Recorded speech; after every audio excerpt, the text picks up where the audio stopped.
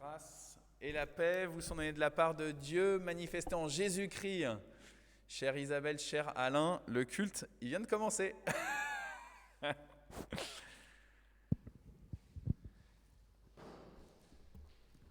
Et sœurs et frères qui êtes connectés aussi sur Facebook, la grâce et la paix vous sont données aussi. À vous qui êtes dans ce temple à travers cet écran d'ordinateur. Seigneur, merci.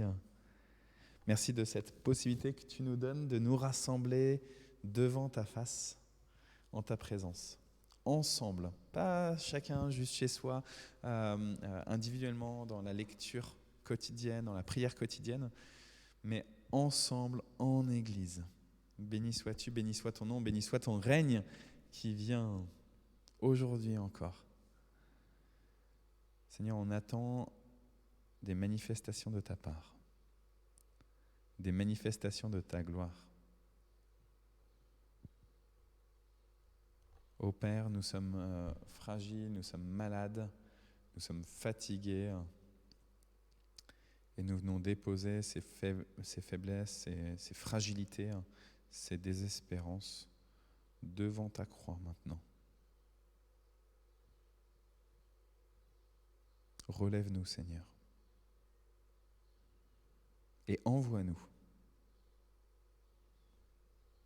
Oui, Seigneur, on désire être au pied de la croix, au pied de ton enseignement, comme Marie, comme Jean, comme Marie, la sœur de Marthe. On désire entendre, comme des disciples, on désire entendre tout ce que tu veux nous enseigner sur nous-mêmes et sur ce monde. Et puis on désire être ensuite devenir des apôtres, des envoyés, pour annoncer au monde entier que tu es un Dieu qui prend soin de sa création. Alors oui, béni sois-tu pour ce jeudi 10 juin 2021. On te bénit pour les nouvelles dans notre pays, dans ce temps du déconfinement, de retrouvailles. On te supplie, Seigneur, pour que ce soit pas simplement des retrouvailles autour de terrasses de café, d'ivrogneries, de fêtes qui seraient juste des fêtes basiques de charnel de ce monde. Mais on te supplie pour que ce soit encore un temps de retrouvailles avec toi et avec ton Église. Oui, Seigneur, on a découvert depuis 1 an le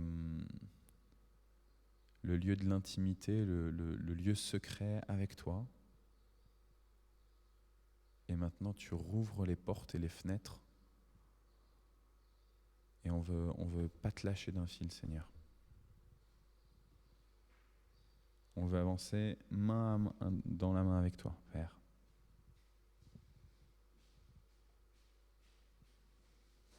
Béni sois-tu, Seigneur, pour ton royaume qui vient, qui advient. Amen. Je vous propose le psaume numéro 84 pour aujourd'hui. Comme j'aime ta maison, Seigneur de l'univers, je meurs d'impatience en attendant d'entrer dans les cours de ton temple. Mon cœur et mon corps crient de joie le Dieu vivant. Seigneur de l'univers, mon roi, mon Dieu, même le petit oiseau trouve un abri près de tes autels et l'hirondelle peut faire un nid où mettre ses petits. Alors on n'a pas de nid ici dans le temple, en tout cas pas dans l'enceinte même du temple, mais voilà, avec le psalmiste, on dit que tout le monde, même l'hirondelle, peut faire son nid ici dans ton temple, Seigneur. Ils sont heureux ceux qui habitent dans ta maison. Et sans cesse, ils peuvent chanter ta louange. Oui, Seigneur, on te supplie pour que de nouvelles personnes habitent dans ta maison. Ils sont heureux ceux qui trouvent leur force en toi, ceux qui partent vers toi de bon cœur. Quand ils passent par une vallée très sèche, Dieu la change en oasis et les premières pluies la couvrent de bénédictions. En avançant, ils sont de plus en plus forts et ils se présentent devant Dieu à Jérusalem. Seigneur Dieu de l'univers, entends ma prière. Dieu de Jacob, écoute-moi. Dieu, regarde le roi, il est notre bouclier. Accueille celui que tu as choisi. Oui, Seigneur, tu nous as choisis. Béni sois-tu, Seigneur, pour le fait que tu nous accueilles, pour annoncer au monde entier ta souveraineté, ta seigneurie. Un seul jour dans les cours de ton temple vaut mieux que 1000 jours passés ailleurs. Mon Dieu, j'aime mieux rester à la porte de ta maison que de vivre au milieu des gens mauvais. Oui, le Seigneur Dieu est un soleil, il est un bouclier. Le Seigneur donne l'amour et l'honneur. Oui, Seigneur, on te supplie pour encore et encore répandre ton amour, répandre ta gloire. Il ne refuse pas le bonheur à ceux qui mènent une vie parfaite. Seigneur de l'univers, il est heureux celui qui a confiance en toi. Oui, Seigneur, nous quémandons à toi ce bonheur, cette joie, cette paix. Et pour cela, nous te supplions, rends notre vie parfaite. Sanctifie-nous, Seigneur. Sanctifie-nous par ta parole et par ton esprit. Sanctifie-nous par une rencontre avec toi, continuelle. Nous te recevons, Seigneur, ce matin encore. Merci de nous accueillir dans ta maison. Amen. Je vous propose de chanter les louanges du Seigneur. Je vais aller derrière l'ordinateur pour mettre les 3 chants qu'on va chanter.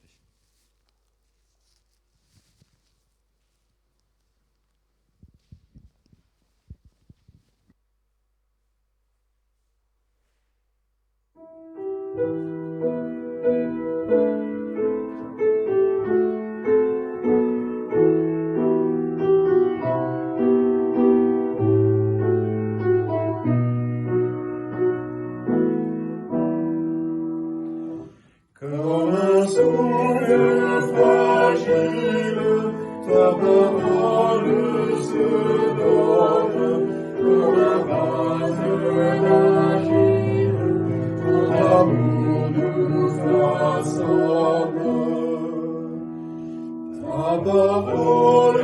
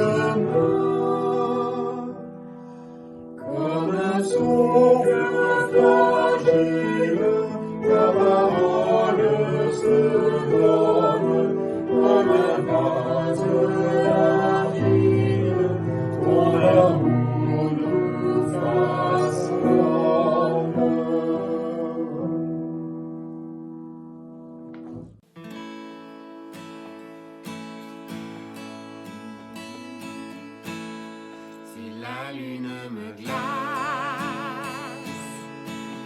et le soleil menace, créateur des étoiles, mon secours est en toi. Si les larmes ruissellent et que mon pas chancelle, créateur de la terre,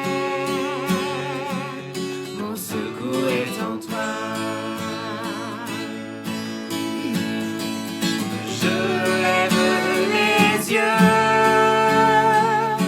vers les hauts sommets, toi seul est mon Dieu, je proclamerai.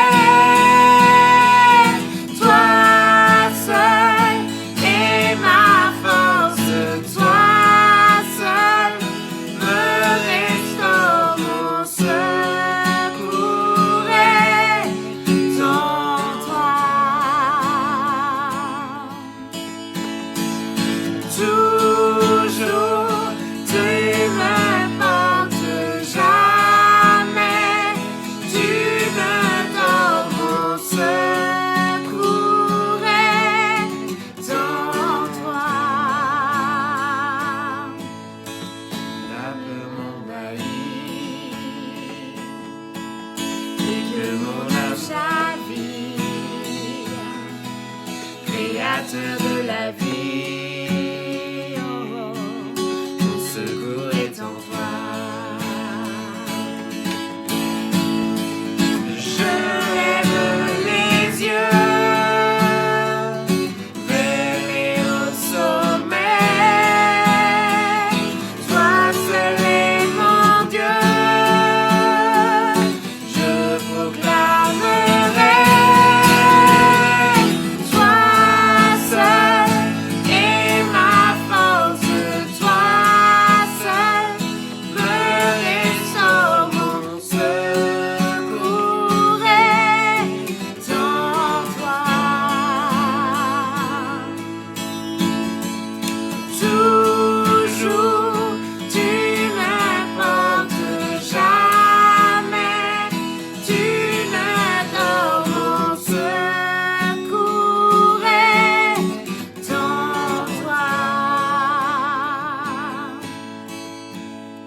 Ta victoire, mon espoir, ton chemin, mon destin, ton salut, mon refuge, tout est en toi. Ta victoire, mon espoir, ton chemin, mon destin, ton salut, mon refuge, tout est en toi. Ta victoire, mon espoir, ton chemin, mon destin, ton salut, mon refuge, tout est en toi. Ta victoire, mon espoir, ton chemin, mon destin, ton salut, mon refuge, tout est en toi.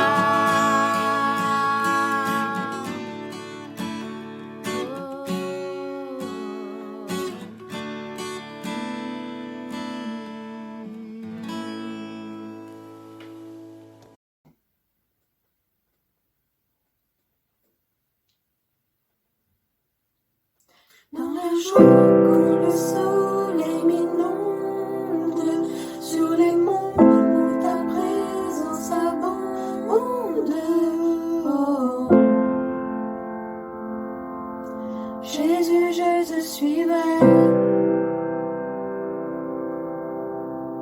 Dans la peine quand mon âme sombre, dans la vallée du deuil et de l'ombre, oh.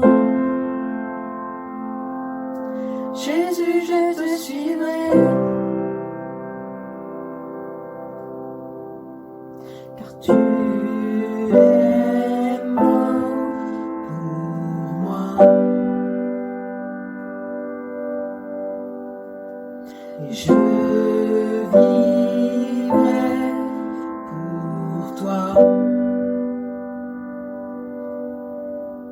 Tu t'es offert sans rien garder, tu as souffert pour me sauver.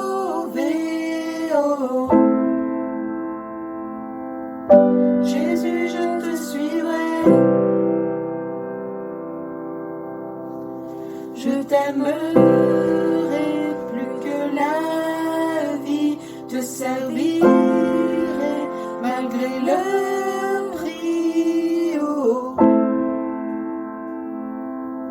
Jésus, je te suivrai.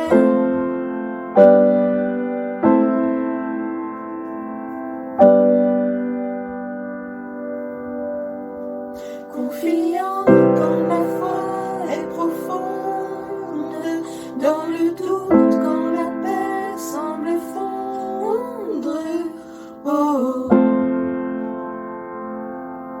Jésus, je te suivrai,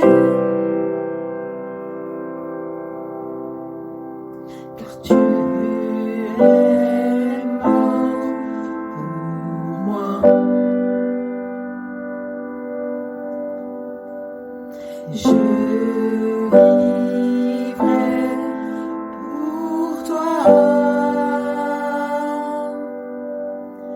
Tu t'es offert sans rien garder.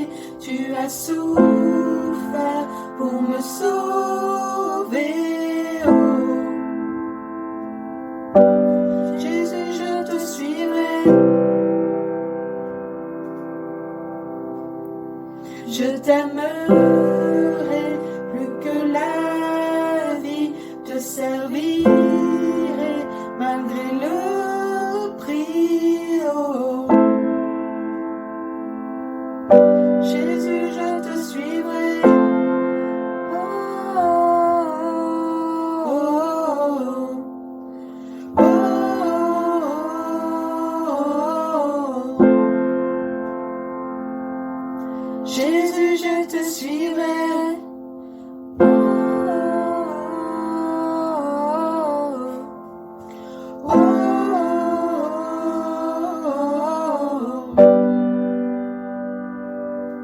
Jésus, je te suivrai. Car tu es mort pour moi. Je vivrai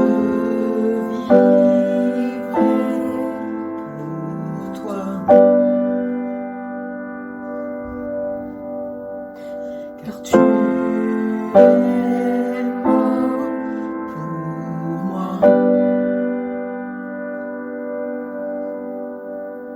Et je vivrai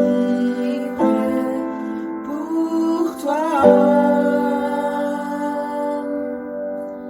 Tu t'es offert sans rien garder. Tu as souffert pour me sauver. Oh. Jésus, je te suivrai. Je t'aimerai plus que la vie, te servirai malgré le prix. Oh. Jésus, je te suivrai. Oh, oh, oh,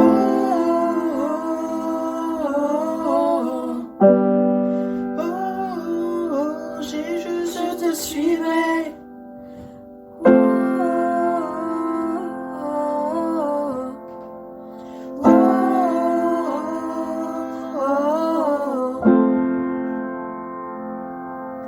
Jésus, je te suivrai.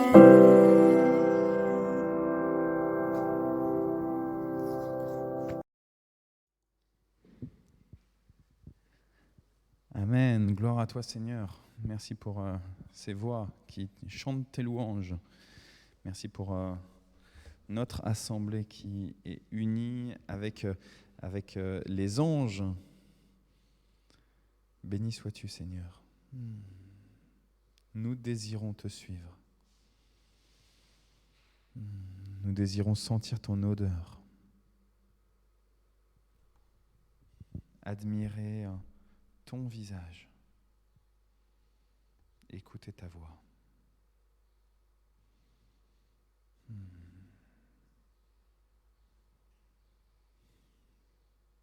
Oui, Seigneur, travaille-nous encore. en tant que disciple.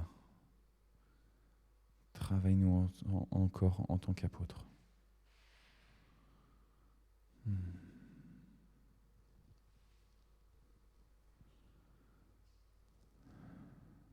Amen.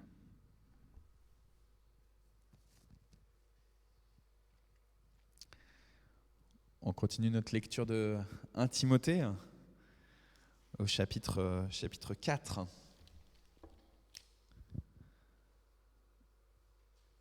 Paul avait écrit à Timothée en disant voilà ce que certains enseignent, prends garde.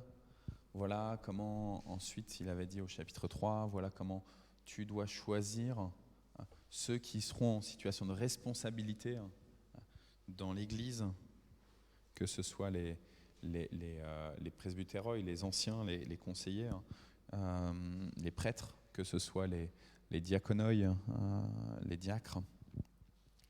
Et puis, il avait au début du chapitre 4, dit à Timothée, par l'action du Saint-Esprit, il faut maintenant que tu persévères et que tu restes droit sur ce que tu veux annoncer. Et si vous vous souvenez de la semaine dernière, je disais, mais en même temps, il demande Paul à rester dans le bon équilibre, le juste équilibre. L'objectif n'est pas d'aller dans le sens des intégristes dans un sens ou dans un autre sens, parce que l'objectif, c'est de ne perdre personne et d'annoncer avec fidélité ce que Dieu veut, mais sans perdre ni à droite ni à gauche. Et on marche, comme j'avais pris cette expression-là, comme sur un fil quand on est croyant. Donc voilà.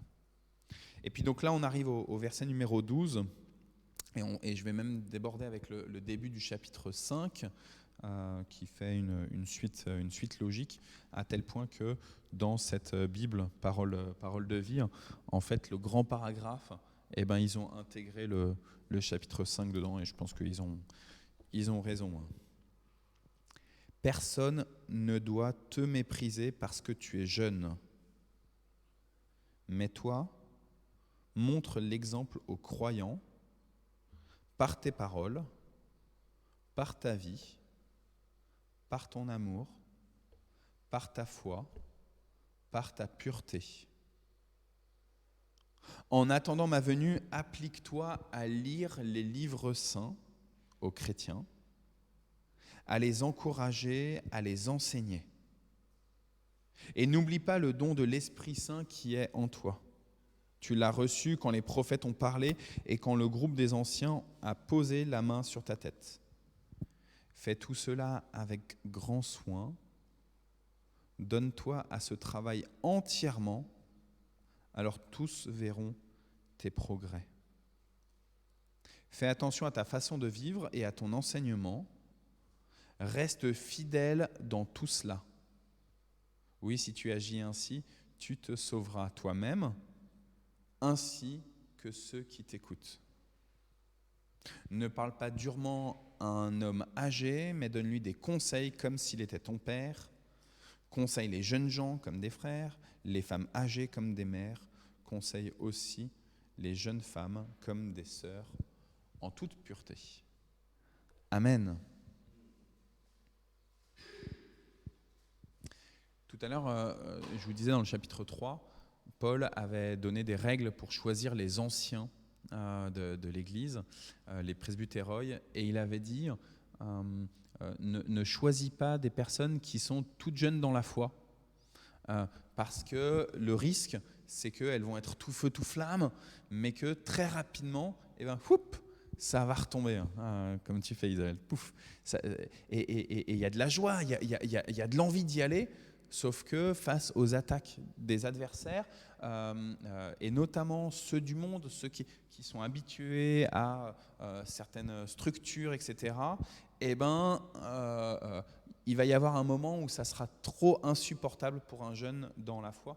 Donc du coup, ne choisis pas un trop petit enfant dans la foi pour être un ancien dans l'Église, pour être un diacre aussi, un serviteur dans l'Église. je précise bien un enfant dans la foi. C'est pas une question d'âge.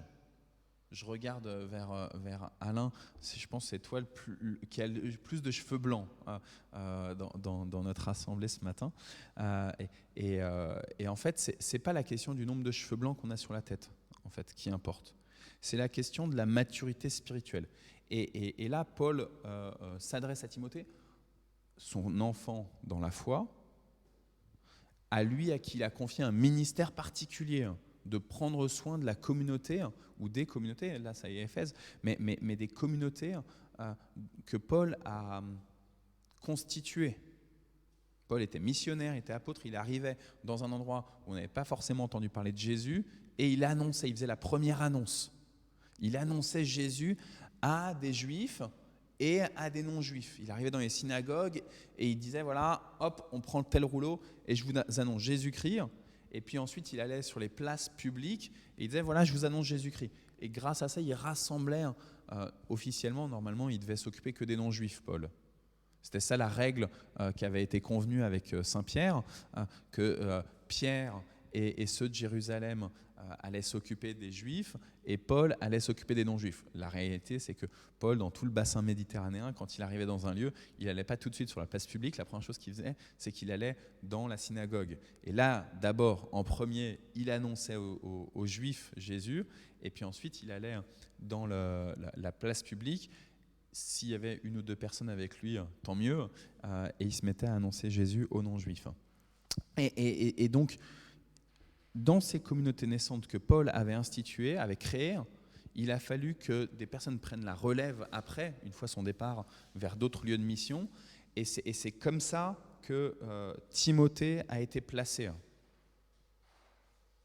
comme un responsable de communauté. Sauf qu'il était jeune, Timothée. Il n'avait pas de cheveux blancs. Mais Paul savait qu'il avait déjà une grande maturité spirituelle. Et du coup, là, Paul dit à Timothée que personne ne méprise ta jeunesse. Là, il parle bien de la jeunesse physique, celle qui se voit quand on n'a pas encore de cheveux blancs. Que personne ne méprise ta jeunesse parce qu'en fait, derrière, tu es déjà un adulte dans la foi. Tu es déjà un grand dans la foi parce que, et Paul le sait, c'est lui qui l'a enseigné en fait.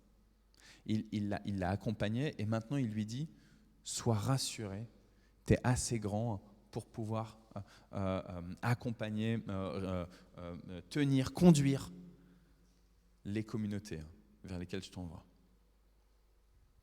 Et donc que personne ne méprise ta jeunesse. Quand il dit que personne ne méprise ta jeunesse, il faut bien être clair qu'il ne parle pas à des personnes qui seraient extérieures à la communauté, là il parle à des gens qui sont dans la communauté. Que personne dans la communauté ne méprise ta jeunesse. Et donc du coup, Paul, là, il s'adresse à Timothée.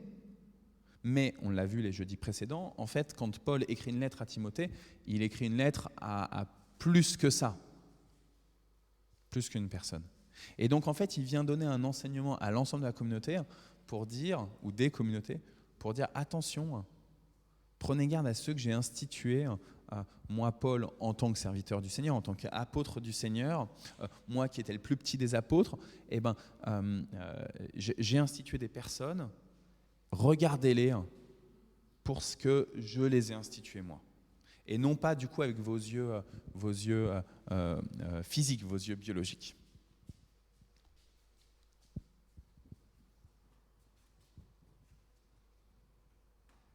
Donc ça, c'est l'enseignement pour la communauté. Maintenant, Paul se réadresse à Timothée en disant, par contre, toi, vis saintement. Sois un saint. Sois pas juste avec ta petite gloriole de dire, c'est bon, j'ai été choisi par super Saint Paul, c'est bon, c'est Saint Paul qui m'a choisi, qui m'a fait responsable de votre communauté, etc. Agis vraiment saintement. Et pour ça, il donne plusieurs règles à Timothée. Il lui dit, tu dois montrer l'exemple à tous les croyants, avec ta vie, avec ton amour, avec ta foi, avec ta fidélité. Ça, il faut que ton être même, avec tes paroles, il faut que tout de toi correspondent à cet appel. Dans ta bouche, dans tes pensées, dans tes gestes, que tout soit empreint de cet appel. Évidemment, juste pour être un peu clair, hein, là je vous parle de Timothée, de Paul, etc., mais c'est nous les Timothées. Hein. C'est nous les Timothées. Et évidemment que ce n'est pas Saint Paul qui nous a institués en tant que tel. Moi, je ne connais pas Saint Paul comme individu. J'ai des représentations, des statues, des tableaux, des machins, mais en plus, ça ne correspond pas à ce qu'il était véritablement, puisque ça a été dessiné ou sculpté des années, des dizaines, des centaines d'années plus tard. Donc, on ne connaît pas Saint Paul, mais par contre, on sait que celui qui a appelé Saint Paul, eh ben, c'est Dieu. Et lui, on le connaît. Et c'est le Dieu de Jésus-Christ. Et il vous a institué aussi, comme il a institué Saint Paul et comme il a institué Timothée. Et donc, que notre comportement, que nos paroles, que nos pensées correspondent à cet appel. On a été institué en responsabilité dans l'Église pour s'adresser aux croyants et aux croyantes, comme Timothée, et en dehors de l'Église, dans le monde. Donc, première chose, aie un comportement exemplaire. Deuxième chose, applique-toi à la lecture publique des Écritures. Applique-toi à la lecture publique des Écritures, ça veut dire, prends la Bible, quoi. À l'époque, c'était que le Premier Testament, plus les lettres justement que Paul rédigeait. Mais concrètement, il n'y avait pas encore le Nouveau Testament, le canon du Nouveau Testament. Mais donc, prends ces rouleaux-là et lis-les. Et lis-les pour toi-même, mais lis-les aussi pour les autres. Et moi, je remarque, et c'est une grâce vraiment que le Seigneur me fait, en fait, c'est que je grandis dans ma propre foi toutes les fois où je dois préparer des cultes et où je dois méditer la parole pour préparer la lecture publique. Toutes les fois où je reprends la Bible et que je vais travailler mon texte pour vous parler. Pourtant, je ne suis pas un grand travailleur, hein. Je ne suis pas un grand exégète. Il y a des exégètes qui sont largement meilleurs que moi, Alain. Mais à chaque fois que le Seigneur me donne de pouvoir faire une lecture publique, du coup, il faut que je lise avant le texte. Il faut que je le travaille un minimum. Et du coup, il fait grandir ma propre foi. Applique-toi à la lecture publique des Écritures. On peut se dire, ouais, mais je ne suis pas capable d'être devant une foule pour lire la Bible. Je suis trop timide, j'y arriverai pas. Peut-être qu'on n'est pas tous appelés à officier le dimanche ou le jeudi, à être devant tout le monde comme ça. Mais en tout cas, on est tous appelés à, comme Timothée, avoir une lecture publique des Écritures. Et à mon avis, ça veut dire que peut-être, en tout cas c'est ce que le Seigneur peut-être me donne là à vous transmettre, quand on reçoit du monde chez soi, on est déjà dans un public. Est-ce qu'on prend la Bible ? Est-ce qu'on ose sortir tel ou tel verset, tel ou tel passage ? Tiens, t'es chrétien ou t'es pas chrétien, voilà. Je te dis juste quelque chose que le Seigneur m'a donné. Je ne sais pas ce qu'il faut en faire, mais je me permets de te le lire. Je sais que dans des familles, je me souviens quand j'étais jeune scout, enfin jeune chef scout, on cherchait des lieux de camp. Et souvent on se retrouvait dans des familles chrétiennes pour chercher, donc on dormait et puis ensuite on cherchait les lieux. Et dans les familles les plus évangéliques, il y avait des lectures publiques qui se faisaient dans ces familles-là, avec, ça veut dire notamment moi, je débarquais dans une famille, je ne les connaissais pas vraiment, ils m'accueillaient et ils faisaient une lecture comme ça avec une petite méditation. Peut-être qu'il y a quelque chose à découvrir, à travailler. Applique-toi donc dans ton comportement, vis saintement. Applique-toi à la lecture publique, donc Sors juste de toi-même et ose lire la Bible devant d'autres. Et puis troisième chose, n'oublie pas le don du Saint-Esprit qui est en toi. Dans certaines églises, on dit ce qui compte, c'est juste la Bible. Il n'y a que la Bible qui compte. Et le Saint-Esprit, non, ça c'était celui qui a permis la constitution de la Bible et c'est fini maintenant. Dans d'autres églises, on va dire ce qui compte, c'est pas la Bible, ce qui compte, c'est uniquement le Saint-Esprit, ce qui me dit à moi aujourd'hui. Et c'est que ça qui compte. Et en fait, Paul dit à Timothée, il y a les deux, quoi. La Bible sans le Saint-Esprit sans la Bible, ça va être une voie sans issue. Ça va être une voie sans issue. Applique-toi à l'exemplarité par ton comportement. Applique-toi à la lecture publique de la Bible, des livres saints. Et n'oublie pas le don de l'Esprit Saint. Tu l'as reçu. Moi, ce qui m'a interpellé, c'est la manière dont l'Esprit Saint a été reçu par Timothée. Paul dit deux choses sur la manière dont l'Esprit Saint est donné à Timothée. Il est donné à Timothée par tous les prophètes qui étaient là avant. Pas de relation directe avec Timothée, c'est tous les prophètes qui étaient là dans le temps, jusqu'à présent.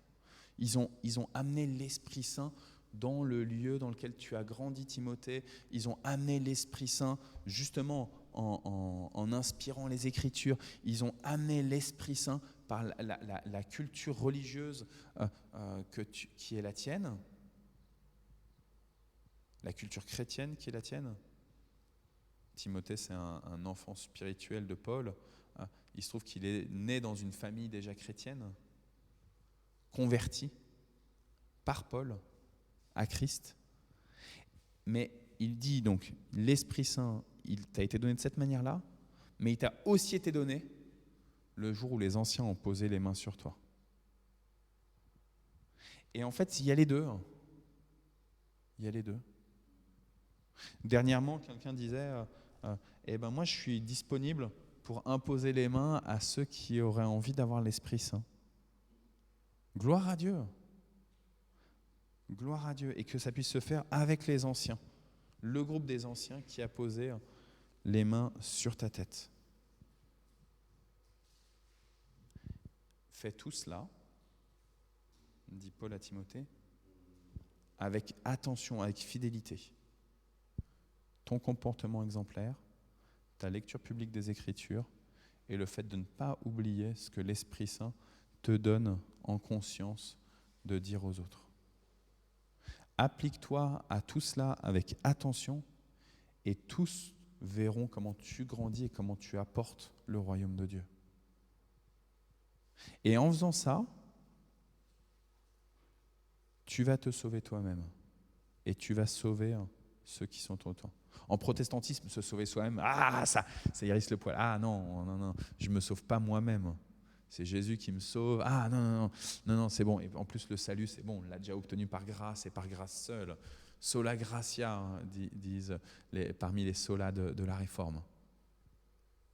Mais concrètement, le salut, il est incarné, il prend chair, il est là. Il devient visible. Oui, bien sûr qu'on a le salut de la vie éternelle, mais le salut de la vie éternelle sans le salut ici-bas, c'est quoi ? C'est maintenant que ça compte. C'est le présent. Et donc, que ce à quoi tu t'appliques là, ça vienne apporter ton salut ici maintenant, que ça vienne faire venir le royaume ici maintenant. Pour toi-même, que tu te sentes aujourd'hui citoyen du royaume des cieux, citoyen du royaume de Dieu. Et que ça puisse apporter le salut à ceux qui t'environnent. Parce que eux aussi, ils sont appelés à devenir citoyens du royaume de Dieu. Il n'y a pas de quota. Il n'y a pas un certain nombre de personnes seulement qui ont le droit d'avoir le passeport diplomatique, la carte d'identité citoyen du royaume de Dieu. Il n'y a pas de quota, il n'y aura pas de limite au sens où Dieu va dire « Non, maintenant ça y est, j'ai mes 144 000, ça suffit, j'en veux pas d'autres, tous les autres, perdition. Dieu veut sauver toute sa création. Et pour ça, il a besoin de notre comportement exemplaire, de notre lecture publique des Écritures et de ne pas oublier le don de l'Esprit Saint. Et puis donc ce chapitre 5 là, la manière dont Timothée doit parler à ceux qui l'environnent. Les hommes plus âgés, parle-leur comme si c'était ton père. Les femmes plus âgées, parle-leur comme si c'était ta mère. Les jeunes hommes, parle-leur comme si c'était tes frères, et les jeunes femmes, parle-leur comme si c'était tes sœurs. Paul précise d'ailleurs là, en toute pureté. Parce qu'il sait que les relations homme-femme, et notamment jeune homme, jeune femme, eh ben, ça peut être des relations où il peut y avoir des trucs des fois pas toujours très faciles à gérer. Et donc du coup, il redit ça. Attention, prends soin de tout le monde. Ne t'adresse pas que, excusez-moi du terme, mais aux vieux. Ne t'adresse pas non plus que aux jeunes. Ne t'adresse pas que aux hommes. Ne t'adresse pas que aux femmes. J'étais dans une église avant où on avait les groupes des hommes, les groupes des femmes. Et je pense que ça a du sens d'avoir des groupes d'hommes, des groupes de femmes, etc. Mais ça peut aussi, malheureusement, être une impasse des fois. Donc ça a du bon, parce qu'il y a des sujets où c'est bien que ce soit les hommes qui parlent de leurs sujets entre eux et les femmes de leurs sujets entre elles. Mais c'est important aussi qu'en Église, on soit tous ensemble. Et toi, Timothée, toi là, qui es devant moi, parce que tu es le Timothée, toi là, Timothée, toi qui honore Dieu, qui est là comme un beau cadeau de Dieu, et qui par ta vie et par ton comportement va être un beau bijou, un beau parfum, une belle offrande pour le Seigneur, eh bien, adresse-toi à tout le monde. Sois pas timide. T'es pas là juste pour les femmes, juste pour les hommes. T'es pas le pasteur jeunesse. Vous savez, ça se fait beaucoup, ça, dans les églises évangéliques aujourd'hui, d'avoir le pasteur jeunesse. Il est là pour les jeunes. Et c'est important. Moi, j'étais animateur jeunesse. J'étais assistant pastoral à l'animation jeunesse quand j'étais en Suisse. Et donc, j'étais là pour les jeunes. Mais ce qui était intéressant, c'est que le mercredi soir, on avait un culte à Bâle, dans l'église française réformée de Bâle. On avait un culte le mercredi soir. Et en fait, je me suis retrouvé régulièrement à animer ce culte-là, du mercredi soir, à prêcher à ce culte-là. Et en fait, là, il n'y avait pas les jeunes. Et donc, j'étais entre guillemets, pasteur jeunesse, j'étais animateur jeunesse. Et pourtant, je me retrouvais à célébrer et à prêcher pour des non-jeunes. Et gloire à Dieu, en fait. Parce que ça m'a formé aussi. Moi qui doutais du ministère pastoral, moi qui me disais, ministère diaconat, ça a l'air peut-être plus mon fort, etc. Et ben ça m'a aussi formé pour me dire, non, va là où je t'appelle. Et tu feras ce que je veux que tu fasses. Et ben vous, c'est la même chose. Vous dites peut-être, je suis plus à l'aise avec ceux qui sont comme ci, ceux qui sont comme ça. Mais Dieu te dit, tu vas aller vers tout le monde. Tu vas aller vers ceux qui sont de ta culture et ceux qui ne sont pas de ta culture. Tu vas braver ta propre timidité. Parce que c'est moi, le Seigneur, ton Dieu, qui te donne un esprit de force, de sagesse et d'amour.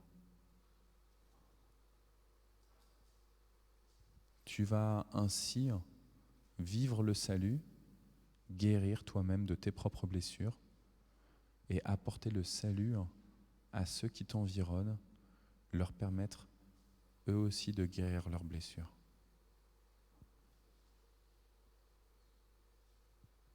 Normalement, vous savez que j'aime bien quand on est en interaction pour ce culte du jeudi. Là, évidemment, je me suis retrouvé à parler un peu longuement. Mais s'il y en a un de vous qui veut dire quelque chose, qui ressent quelque chose, je vous demande pardon d'avoir été un peu long. vous propose un chant. C'est un chant que les Hubert, ils avaient fait pour le petit temple, là, pour la chaîne pour les enfants. Donc ça va être un chant un peu enfantin, mais j'aime beaucoup ce chant-là. Donc voilà.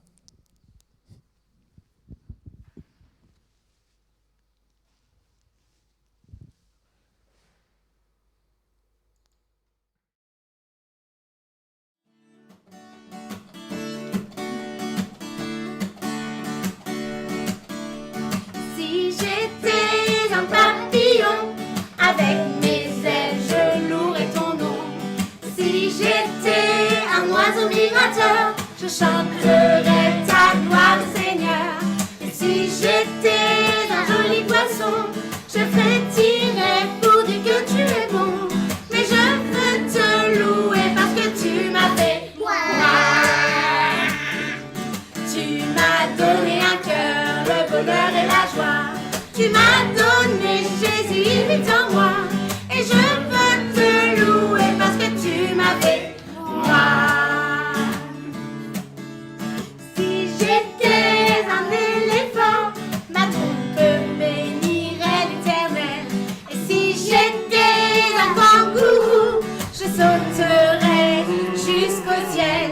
Si j'étais un ouistiti, je serais content d'être aussi jolie.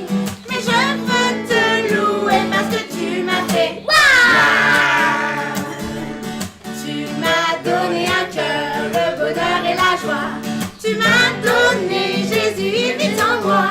Et je veux te louer parce que tu m'as fait waouh. Si j'étais un petit ver, je me tortillerais dans la terre. Et si j'étais un caïman, je sourirais de toutes mes dents. Et si j'étais un ours velu, je dirais merci pour mon manteau poilu. Mais je sais que tu es parce que tu m'as fait moi. Tu m'as donné un cœur, le bonheur et la joie. Tu m'as donné Jésus, il vit en moi. Et je veux te louer parce que tu m'as fait moi.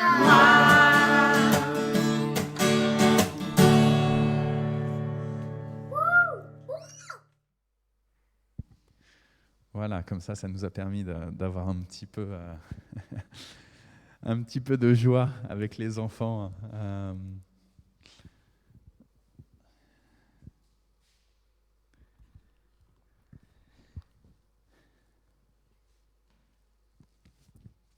C'est le moment pour la prière d'intercession, la prière des frères et des sœurs pour notre monde, pour nous-mêmes.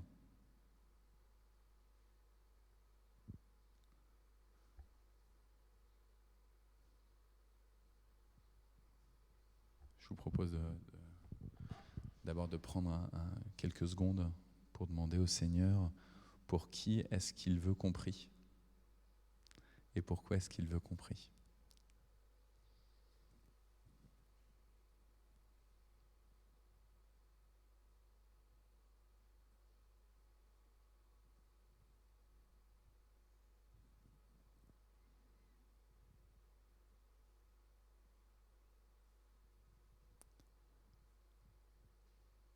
Inspire-nous, Seigneur.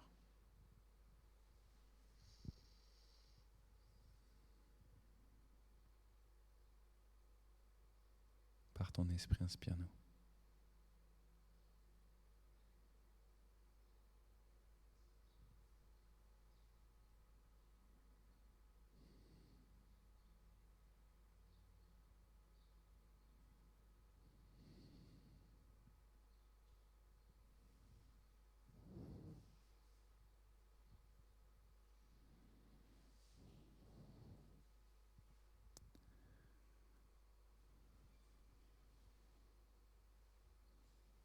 Seigneur, le monde souffre, il crie.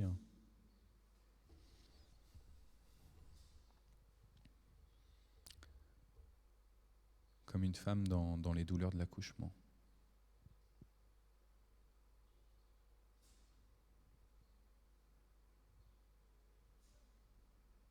tu nous as fait des ambassadeurs de ton royaume de paix, et de justice et de joie, de vérité.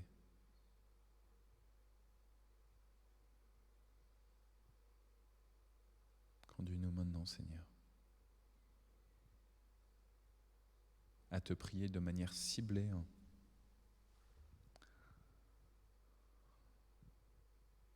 pour telle ou telle créature.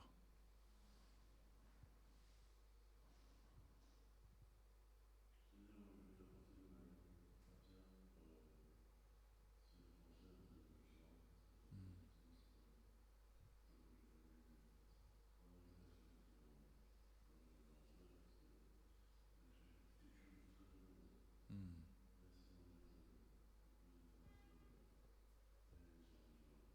Ouais, Seigneur. Mm.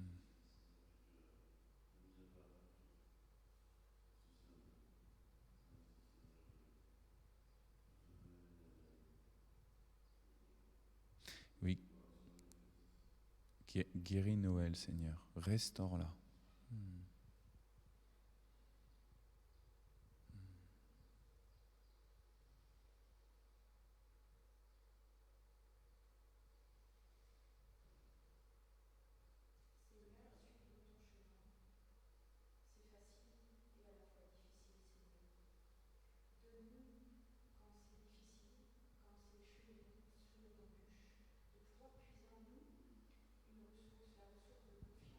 Mm.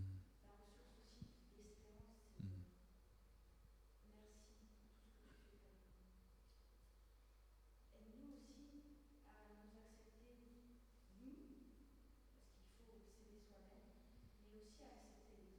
Mm.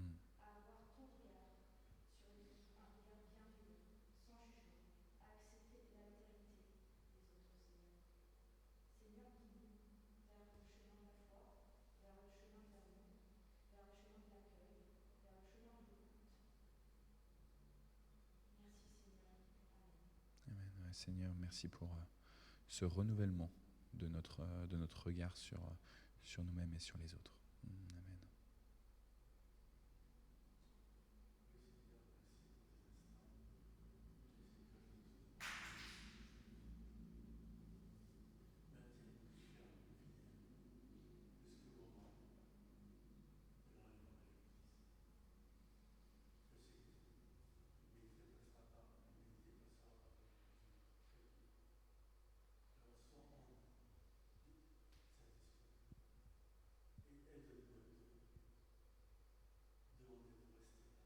Mhm.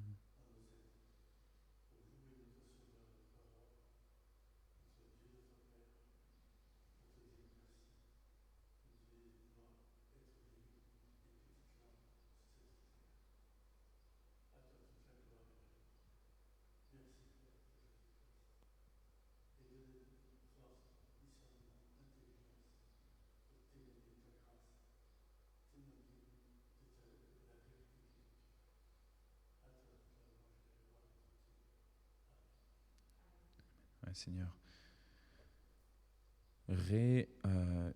utilise ou réillumine ton Église pour qu'elle puisse apporter ta lumière, Seigneur, la vraie lumière. Mm. Mhm.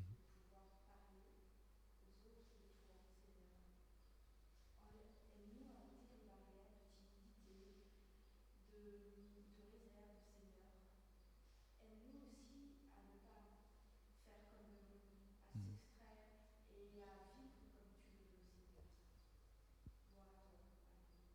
Mm. Seigneur, merci pour voilà, cette formation que tu nous permets à chacune et à chacun de tes enfants d'avoir. Continue de nous former, Seigneur. Continue de nous spécialiser pour ta gloire.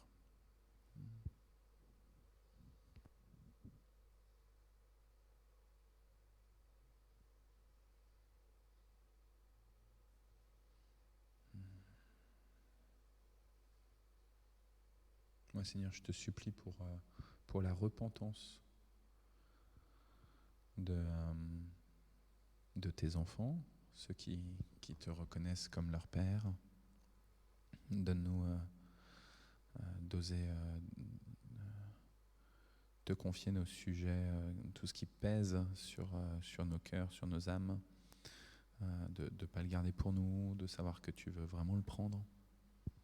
Donc je te supplie vraiment pour notre contrition. Je te supplie aussi pour la contrition plus globale de ton monde, la reconnaissance que la marche de ce monde, elle n'est pas toujours, elle correspond pas forcément à ce que toi tu désires.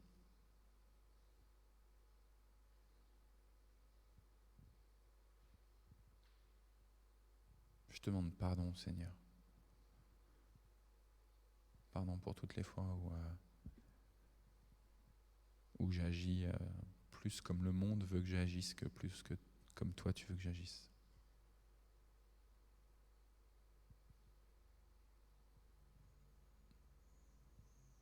Pardon pour mes faux semblants. Pardon pour mes tiédeurs.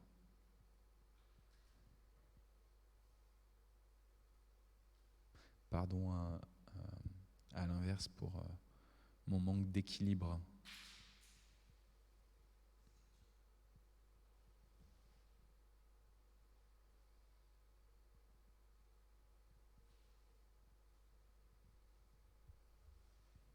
Pardon de ma vision à très court terme.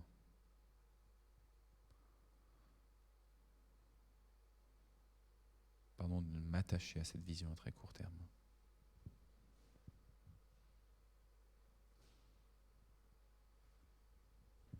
Je te supplie, Seigneur, pour cet homme qui a commis un crime. Je te supplie pour que tu puisses le toucher, qu'il se rende à la police. Je te supplie pour la famille qui est endeuillée.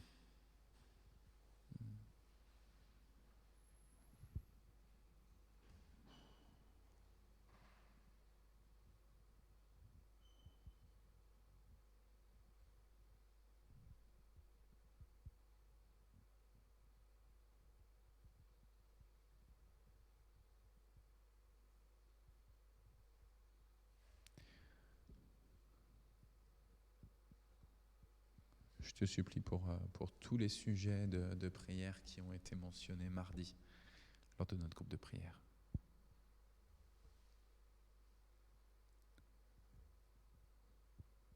Merci pour la fidélité de ce groupe et sa croissance aussi.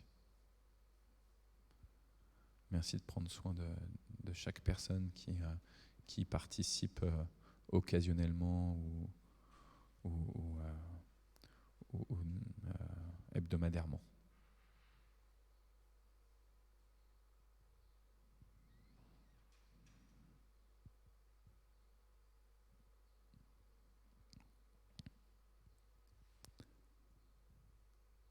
Et ensemble, nous te disons la prière que ton Fils nous enseignait. Notre Père qui es aux cieux, que ton nom soit sanctifié, que ton règne vienne, que ta volonté soit faite sur la terre comme au ciel. Donne-nous aujourd'hui notre pain de ce jour.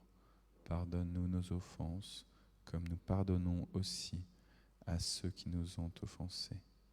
Et ne nous laisse pas entrer en tentation, mais délivre-nous du mal, car c'est à toi qu'appartiennent le règne, la puissance et la gloire, pour les siècles des siècles. Amen.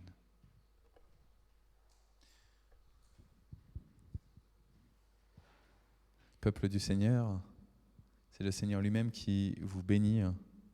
C'est le Seigneur lui-même qui impose ses mains sur vous, sur vos têtes, pour que vous puissiez recevoir sa présence en surabondance et que vous puissiez ainsi annoncer au monde entier combien Dieu les aime. ces individus que nous côtoyons. Va avec la force que tu as,